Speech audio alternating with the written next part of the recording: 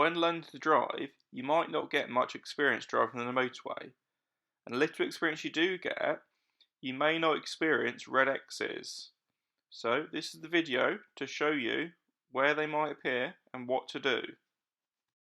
As I'm driving along the motorway here, we can start to see brake lights appearing in front of us. This gives us an early warning of something happening ahead, as generally we shouldn't be braking on a motorway unless there's an accident ahead.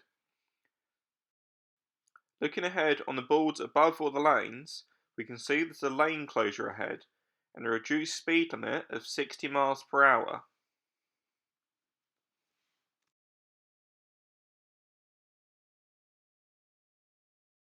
Further down the motorway, we see more brake lights, again giving us a warning of something happening ahead.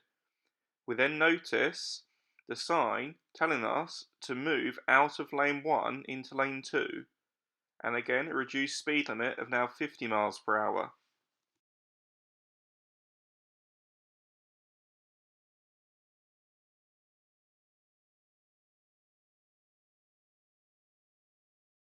Now we can clearly see a flashing red X on lane 1, clearly saying do not go into lane 1.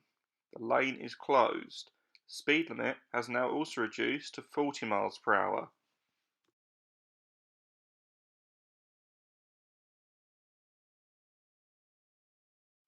We now wonder why lane 1 is closed. We must out that lane, there is a reason. If we look towards the left, we can see flashing amber lights towards lane 1. And as we pass it, we can see there's a broken down car. Now on this section of the motorway, there's no hard shoulder, so the car was broken down and parked up on the grass verge. So local authorities thought it was a good idea to close lane 1 to keep the driver safe and avoid their car being hit by vehicles in lane 1.